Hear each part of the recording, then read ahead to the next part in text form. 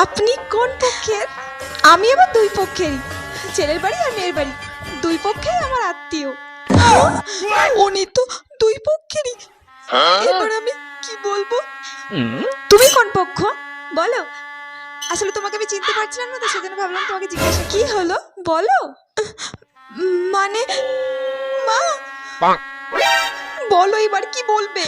বলছি আপনারা কোন পক্ষ? আসলে আপনাদেরকে দূর থেকে দেখছি কিন্তু চিনতে পারছি না। এই মরেছে, কি বলবো এবার? ইনি তো আবার দুই পক্ষেরই। হ্যাঁ বলুন, কোন পক্ষ আপনারা? আসলে আমরা হচ্ছিলাম।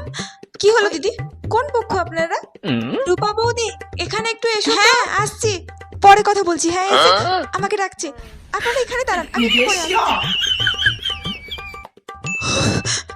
মা, আমাদের আর এই বিয়েতে থাকা যাবে না, তাড়াতাড়ি চলো এখানে।